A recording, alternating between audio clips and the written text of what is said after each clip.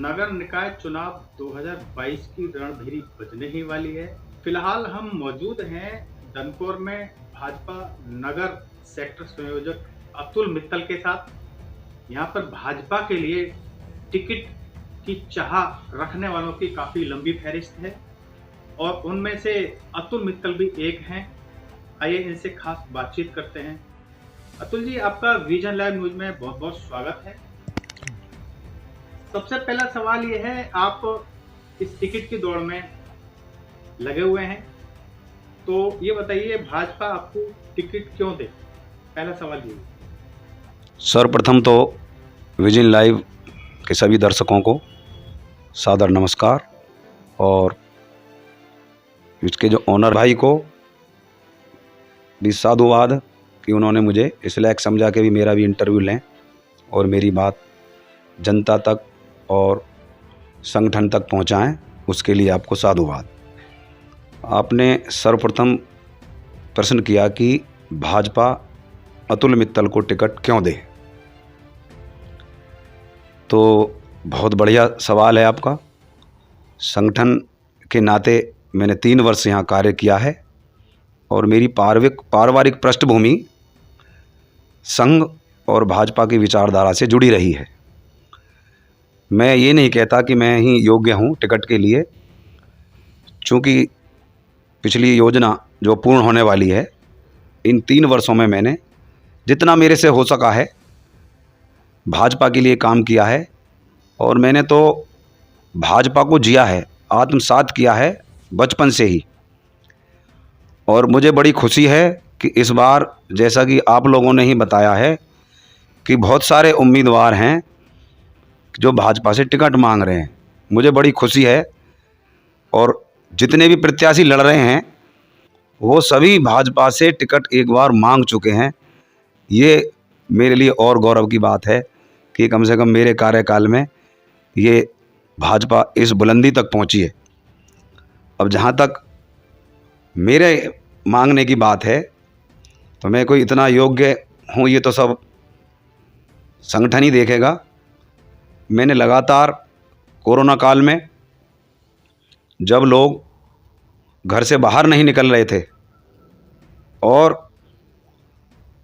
कहीं जाने से बच रहे थे, मैंने केवल और केवल सेवा भाव से अपने यहाँ दनकौर की प्राथमिक स्वास्थ्य केंद्र में पूरे समय बैठकर जो भी मेरे से बन सकता था वो सेवा मैंने की। वो मेरा उद्देश्य ये नहीं था कि मुझे कोई चेयरमैनी लड़नी है या कोई मुझे टिकट चाहिए, केवल और केवल सेवा भाव से की। और इलियास भाई, उस समय इतनी दिक्कत हुई कि देखो, मेरी धर्मपत्नी हैं, वो भी मेरे से नाराज़ हो गई। उन्होंने मेरे कपड़े भी अलग रख दिए कि आप कुछ नहीं सोच रहे, पर मैंने मन बना लिया कि मुझे सेवा करनी है तो करनी है। और जो भी पार्टी के कार्यक्रम रहे, मैं लगातार उनमें जैसे भी यथायोग्य मैंने सेवा दी, समय दिया अपना और सेवा भाव से कार्य किया। आज ये मौके की बात है कि चुनाव आ गए हैं, तो संगठन की दृष्टि से मैंने अपना नाम प्रेषित कर दिया है संगठन को। अब ये संगठन की जिम्मेदारी है कि वो क्या करे, वो जो भी निर्णय ले। पर मैं इतना ज़रूर कहना चाहूँगा आपके इस चैनल के माध्यम से कि जो भी लोग टिकट मांग रहे हैं, भाजपा का टिकट मांग रहे हैं, तो वो सभी उस समय कहाँ थे? यदि उन्हें भाजपा की शैली पसंद है, उसकी नीति पसंद है, उसकी रीति पसंद है, तो जब ये पिछला कार्यकाल गया, उस समय जो सेवा कार्य थे, उस समय मुझे कोई नज़र नहीं आया। तो उस समय जो 15-20 इनमें से एक भी कार्यकर्ता नज़र नहीं आया। तो मैं उनसे सवाल पूछना चाहता हूँ कि भी आप भाजपा का टिकट क्यों मांग रहे हो? चुनाव लड़ो, अच्छी बात है, अपनी जो आपकी रीति नीति है आप उससे चुनाव लड़ो। मैं भाजपा में जिया हूँ भाई, भाजपा से मुझे लड़ने दो। मेरा तो यही कहना है, संगठन से भी यही कहना है, और बाकी फिर संगठन की इच्छा है और वो अपने आप में स्वयं सक्षम है संगठन कि वो किसको टिकट दे। मैं तो यही कहूँगा कि जय भाजपा और तय भाजपा, और मोदी है तो मुमकिन है। मैं तो यही नारों के साथ अपना ये कार्य करता रहा हूँ। और कोई क्वेश्चन हो तो आप बताइए। अच्छा, इसमें एक सवाल ये भी आता है कि जैसे कि आप कह रहे हैं कि भाजपा में जो टिकट के चाहने वालों की जो संख्या दर्जनों में है, जी और उसमें जो ज्यादातर हैं या तो निष्क्रिय हैं जी या फिर पैरासूट हैं, जी। क्या कहना चाहेंगे? अब सब आपने ही कह दिया, मुझसे क्या कहला रहे हो आप आप तो भाई मेरे से ज़्यादा इस मामले में मर्मज्ञ हो। आपने ही बता दिया कि निष्क्रिय हैं और पैरासूट हैं, तो मेरे लिए क्या बचता है कहने के लिए, बताइए आप। पर आप चूंकि पत्रकार हैं, शब्दों को डालेंगे मुंह में, तो मैं तो कहूँगा जब आप ही सब कुछ जान रहे हो तो मेरे से क्यों कहलवा रहे हो भाई। अच्छा ठीक है अतुल जी, ना। ये एक सवाल ये भी आता है इसमें कि यदि आपको टिकट नहीं मिलता है, जी पार्टी किसी दूसरे व्यक्ति को प्रत्याशी बनाती है, बिल्कुल दे सकती। आपका क्या स्टैंड रहेगा? मैंने तो स्टैंड बता दिया, पहले भी एक बार बोला है कि संगठन जिसको भी योग्य समझेगा, मैं मानता हूँ कि वहाँ बड़े ऊर्जावान और सक्षम लोग बैठे हैं संगठन में, वो जो भी निर्णय लेंगे, मैं हमेशा से संगठन के साथ रहा हूँ और संगठन के साथ रहूँगा, क्योंकि संगठन ही हमारा है, हम तो ये मान के जिए हैं। तो संगठन जो भी निर्णय लेगा वो समाज की भलाई के लिए लेगा, दनकौर की भलाई के लिए लेगा, और अतुल मित्तल उसमें हर तरह से सहयोग करेगा, ये मैंने पहले भी कहा। भाजपा यदि आप प्रत्याशी बनाती है जी तो इस शहर के लिए क्या विजन है, क्या आपका सपना रहेगा, क्या मुद्दे रहेंगे? ये कही है तुमने मेरे मन की बात कि मैं प्रचार भी जो करा रहा हूँ वो यही करा रहा हूँ कि भी मैं चेयरमैन पद क्यों चाहता हूँ और क्यों लड़ना चाहता हूँ। भाजपा की सरकार चल रही है केंद्र में भी प्रदेश में भी, और मुझे केवल और केवल इसीलिए राजनीति में आना पड़ा कि मेरे अंदर एक जुनून है कि यदि अब भी हम दनकौर में कुछ नहीं कर पाए तो हमारे को धिक्कार है। ये भावना लेकर मैं आया हूँ कि दनकौर में सड़कों की व्यवस्था आप देख रहे हो, जहाँ भी कहीं चौराहे हैं, ज़रा मोड़ आया आपको गाड़ी ऐसे लगेगी जन पता ना गड्ढे में जा रही है, उठावे तो बम्पर डंपर बोलते हैं वो सब लगने को तैयार हैं। मेरा ये प्रयास रहेगा कि जल की निकासी को ध्यान में रखते हुए सड़कों का निर्माण होगा और नालियों का निर्माण होगा। और एक अहम बात जो अब तक किसी ने नहीं बताई और ना किसी ने गौर की है कि हमारे यहाँ की जो आबादी है वो सन 1980 के लगभग ही जो दर्ज है वहाँ लखनऊ में, उसे कोई आबादी क्षेत्र को बढ़वा के नहीं लाया अभी तक कोई चेयरमैन। सब यहीं अपना नक्शे पास कर रहे हैं, लखनऊ में कहीं कोई रिपोर्ट दर्ज नहीं हो। मेरा प्रयास ये होगा कि मैं वहाँ जाके ये जो आबादी क्षेत्र है दनकौर का, मैं उसे बढ़वाऊँ, ताकि आने वाले समय में जो कॉलोनियाँ बन रही हैं इनमें रहने वालों को कोई दिक्कत ना हो। ये ना हो कि आज लाख 2-4 लाख रुपए लगा दिए, आप भी सुनते हो कई जगह हुआ है, और फिर वो अवैध घोषित कर दी। अब चूंकि अवैध क्यों घोषित हो गई, चूंकि लखनऊ में वहाँ प्रदेश में एंट्री नहीं है। आबादी क्षेत्र जो है हमारा वो 1980 के बाद में किसी चेयरमैन ने प्रयास नहीं किया कि उसे बढ़ाएं। मैं उस प्रयास को करूँगा। और जो मुख्य बात है एक बिजली विभाग, हालांकि वो सरकार चल रही है अपनी, लेकिन वो मेरे इच्छा के अनुरूप बिजली विभाग ने काम नहीं किया, इसलिए मुझे इस मैदान में उतरना पड़ा। इतना भ्रष्टाचार कि मेरा मन बिल्कुल दुखी हो गया। मेरे साथ ही इतनी नाइंसाफ़ी हुई, फिर मैंने सोचा जब मैं पढ़ा लिखा BSc B.Ed हूँ, ये लोग मेरे साथ कर सकते हैं तो आम जनता के साथ क्या कर रहे हैं वो भी मैंने देखा। उससे मेरा मन बना कि मैं इस क्षेत्र में जाऊँगा और जनता को ये जो लूट हो रही है बिजली विभाग द्वारा, इलियास भाई आपको पता है जन जन परेशान है बिजली विभाग से। इन्हें हर घर से पैसा चाहिए, जहाँ कोई नंबर 1 में बिजली जला रहा है और नंबर 2 में तो इनके पैसे सेट हैं। इन्हें नंबर 1 से भी चाहिए। इनका मोटो है कि हमें हर घर से पैसा चाहिए। अब ये जो पावर कैसे ही मिल जाए तो मैं सब पर लगाम लगा दूंगा, ये मेरा पक्का वादा है। एक मैंने और जो जनता की दुखती रग है, कुछ लोग हालांकि नाराज़ हो सकते हैं इससे, स्कूलों में जो ड्रेस वगैरह में कमीशन खोरी होती है, एक ही दुकान बताई जाती है, उस पर मेरा पक्का इरादा है कि पक्की लगाम लगाऊंगा। लोगों को समझाऊंगा भी, जो स्कूल के ओनर हैं, मेरा किसी से द्वेष भाव नहीं है, लेकिन हम आम जनता को देखें, जब ग्राहक आते हैं तो मुझसे कहते हैं जी हमारे पे तो इतने पैसे ही नहीं है, ऐसी ऐसी ड्रेस लगा देते हैं, तब मुझे बड़ा कष्ट होता है। और मैं ये प्रयास करता हूँ इलियास भाई, ड्रेस की सेटिंग करते ही आपस में और हैं, मैं बनवाता हूँ अपने रिस्क पर और उसको कोशिश करता हूँ कि उपलब्ध कराऊँ मंदे रेट पर, और दूसरा वाला भी फिर मंदी कर देता है, मोनोपोली नहीं रहती उसकी। तो जितनी क्षमता और योग्यता मेरे में है उसका उपयोग मैं अब भी कर रहा हूँ, लेकिन आप भी समझते हो जब कुछ पावर हाथ में आ जाती है तो और अच्छे कार्य होते हैं। तो मेरा उद्देश्य यही रहेगा, और मैंने एक नारा दिया है और कि पूरे उत्तर प्रदेश में धनकौर की नगर पंचायत को सर्वोत्तम नगर पंचायत का दर्जा दिलाने का प्रयास करूंगा।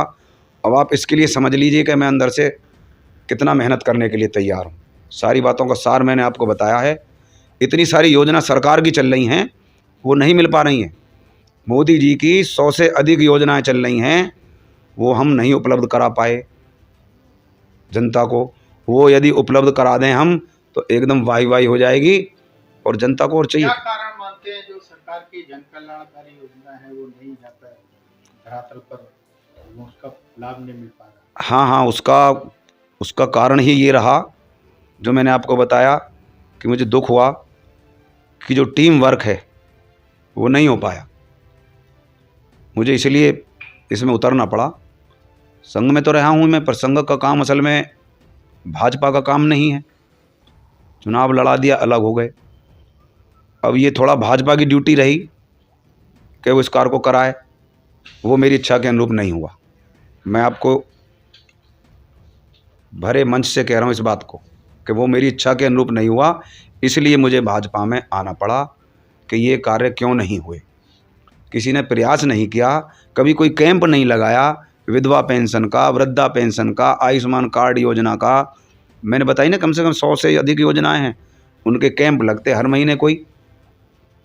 अब मैंने प्रयास किया तो मुझे गिराने का सिलसिला हुआ, आपको भी पता है। बिजली विभाग में मैंने प्रयास किया और अब भी जारी है। तो बस अब मैं यहाँ और ज़्यादा कहूँगा तो थोड़ा सा बुराई की बात हो जाएगी, वो मैं इस तरह नहीं बोल पाऊँगा। अच्छा, एक सवाल ये भी आता है यहाँ पे कि धनकौर एक प्राचीन ऐतिहासिक एकलव्य की साधना स्थली और बाबा श्री गुरु द्रोणाचार्य की तपोभूमि मानी जाती है जी। सरकार की ओर से भी कई बार पहले ये जो पर्यटक स्थल के लिए कई बार योजना भी आई है और उसका क्रियान्वयन भी किया गया। लेकिन क्या मानते हैं, एक समय था धनकौर बिल्कुल अलग थलग था, आज जो दिल्ली से आगरा तक यमुना एक्सप्रेस वे है बिल्कुल आज उससे सटा हुआ है। लेकिन क्या मानते हैं, क्या एक कनेक्टिविटी या जो यहाँ सड़कें हैं इनकी जो बदहाल स्थिति है उसको देखते हुए पर्यटक कैसे आ सकते हैं? क्या इसके बारे में आपका किस नजरिए से देखते? ये बहुत बढ़िया सवाल है आपका। ये सब जो हमारे यहाँ के धनकौर के जनप्रतिनिधि रहे, उनकी जिम्मेदारी रही कि वो इस दिशा में कार्य करते, वो उस दृष्टि से कार्य नहीं कर पाए। मैंने आपको बताया ना कि बहुत सारे कारण ऐसे रहे। मैंने बिजली विभाग तो उसमें मेन बताया आपको, बाकी भाजपा की इतनी सारी कल्याणकारी योजनाएं हैं, हम उनका लाभ नहीं दिला पाए, इसलिए उतरना पड़ा। जनप्रतिनिधि अपने अपने कहीं स्वार्थवश लगे रहे। जन कल्याणकारी योजना मान लो जैसे आपने बताया कनेक्टिविटी की बात, नहीं उठा पाए मुद्दे। अब बिना मांगे आराम से कोई चीज़ मिलती नहीं है, सरकार कोई भी चल रही हो। हमारे जनप्रतिनिधि मुद्दे उठाते तो बहुत सारी योजना हमारे यहाँ पे होती। क्यों नहीं रुकेंगे हमारे यहाँ? बस देवर से आ रही हैं, वहाँ तक जा रही हैं, क्यों नहीं स्टॉप है हमारे यहाँ धनकौर में? नहीं, इसमें आप फेलियर किसको मानते हैं? आप ये बताइए, सांसद भाजपा के हैं, विधायक भाजपा के हैं, जिला पंचायत अध्यक्ष भाजपा के हैं, एक चेयरमैन नगर चेयरमैन या गैर भाजपा के हैं, किसको फेलियर मानते हैं? फेलियर तो मैं किसी को नहीं कहूँगा, बस मेरा मन बड़ा इसीलिए तो मन कुंठित हुआ कि जब सब कुछ भाजपा का है फिर भी यहाँ कुछ नहीं हो रहा। मेरा भाजपा में आने का ही मकसद यही है, केवल और केवल, कि जब सब कुछ भाजपा का है फिर भी हमारे यहाँ का विकास क्यों नहीं हुआ। अब वो बहुत सारी बातें हैं, मैं इस पर कहूँगा तो वो थोड़ी ठीक है। मकसद ये है कि जो सरकार चाहती है वो धरातल पर उतरे। आपका मकसद चुनाव मैदान में आने का ये है। आप धनकौर को एक आदर्श शहर बनाना चाहते हैं। पक्का। आखिरी सवाल ये है अतुल जी कि यदि किसी वजह से दनकौर के जो सीट है महिला वर्ग के लिए आरक्षित होती है, तो क्या आपका स्टैंड रहेगा? जैसे हल्ला हो रहा है कि यहाँ चली गई सीट, वहाँ चली गई, पर जब मैंने बताया ना कि अतुल मित्तल ने तो मन बना लिया है, चेयरमैन कोई तो बनेगा। महिला वर्ग की बात है जहाँ तक, तो मेरी धर्मपत्नी बैठी हैं विजय लक्ष्मी विनीता मित्तल, और शुरू में जो मेरी एक्टिविटीज़ से ये परेशान रहती थी, पर इन्होंने जो मेरी भावना को अनुभव किया है, आज ये पूरी तरह सहयोग कर रही हैं हर तरह से। यही नहीं, बच्चों को भी जैसे जैसे पता लग रही है कि पापा क्या करना चाह रहे हैं, क्या है इनके मन में, उनके भी भाव ये हैं कि वो भी हर तरह से मदद करने को तैयार हैं। तो मेरे लिए बहुत बढ़िया सिंबल है ये, मेरा जो आत्मबल है वो लगातार बढ़ रहा है। तो महिला तो हो गई प्रत्याशी मेरी पत्नी, और आगे की बता दूं, अभी नहीं पूछ पा रहे हो, मान लो SC BC सीट कोई तो आएगी, कोई तो चेयरमैन बनेगा, कोई तो चेयरमैन ही करेगा। तो मैं बताता हूं आपको इस चैनल के माध्यम से कि हमारा प्रयास यही होगा कि हम ऐसा ही चेयरमैन चुनने में मदद करेंगे, उसी को चेयरमैन जिताने का प्रयास करेंगे जो मैंने अपने मन की भावनाएं आपको बताई हैं उनको पूर्ण करने में सक्षम होगा। मैं कम से कम ऐसा प्रत्याशी जिताने का प्रयास करूंगा, चाहे सीट किसी भी वर्ग में आए। एक पुरुष की सफलता में पत्नी का हाथ होता है। अतुल जी आज लगातार संघर्ष में हैं टिकट की दौड़ में। अगर इनको टिकट मिल जाता है तो क्या आपका रुख रहेगा, क्या कहना चाहती हैं? जी नमस्ते। हमारा रुख यही रहेगा कि हम हर तरह से इनकी मदद करें, सहयोग दें पूरा, किसी भी तरह का हो। इनके जो सारे लक्ष्य हैं उनमें भी हम आगे तक भी मदद करें इनकी, जो हमसे बन पड़ेगा। बच्चे भी पूरी सपोर्ट करने के लिए तैयार हैं। पहले हमें थोड़ी परेशानी होती थी कि पता नहीं लगे हुए हैं, कुछ फ़ायदा होता नहीं है, तो हमें रोकते भी थे कि कोरोना काल में सब अपने घरों में बैठे हैं और ये जाके टेबल लगा रहे हैं वहाँ पे, तो हमें गुस्सा भी आता था। लेकिन धीरे धीरे हम समझने लगे कि जो इनकी मानसिक स्थिति है वो परेशान है, तो इन्हें काम करने दें। कहीं ना कहीं हम लोग भी चाहते हैं कि समाज में कुछ अच्छा हो। यानी इनकी जो समाज सेवा की भावना है उससे आप बहुत प्रेरित हुए। हाँ जी। तो आज आप कदम से कदम मिलाकर इनके साथ चलने। हाँ जी, क्योंकि बचपन से ही हम लोग अपने पापा को काम करते हुए देखा है। हमारी जो पृष्ठभूमि है वो भी, मेरे पापा भाजपा कार्यकर्ता रहे हैं, तो वहीं से हमें ये लगी हुई है लगन, तो इसलिए पूरा सहयोग है। पार्टी यदि आपको प्रत्याशी बनाती है तो क्या सपना है? अगर हमें प्रत्याशी बनाती है तो उसमें बस ये कुछ चीज़ें हैं यहाँ पे जो करने की ज़रूरत है। जैसे कुछ मुद्दे तो मेरे पति के ही हैं। बस सबसे ज़्यादा ये है कि जो निम्न वर्ग है उसी की हर तरह से मदद की जाए। कि कई बार ऐसा होता है कि चीज़ें जो है वो कर नहीं पाते हैं, मतलब जैसे लाइट है, कोई परेशानी होती है, पानी की दिक्कतें हैं, तो उनके हर तरह से मदद मिले। महिलाओं की कुछ समस्या मानती हैं कुछ? हाँ जी, क्या है? बिल्कुल। महिलाओं की, एक तो महिलाएं सबसे पहली बात है खुल के सामने आ ही नहीं पाती, हमारा समाज ही ऐसा नहीं है। तो अगर उनको किसी भी तरह की, जैसे कि काम करने में इतनी आज़ादी नहीं है, पढ़ने में भी इतनी आज़ादी नहीं है, उसके लिए है कि काम करें, हम उन्हें आज़ादी मिले। इस वीडियो को लाइक करें, हमारे चैनल को सब्सक्राइब करें और बेल आइकन जरूर प्रेस करें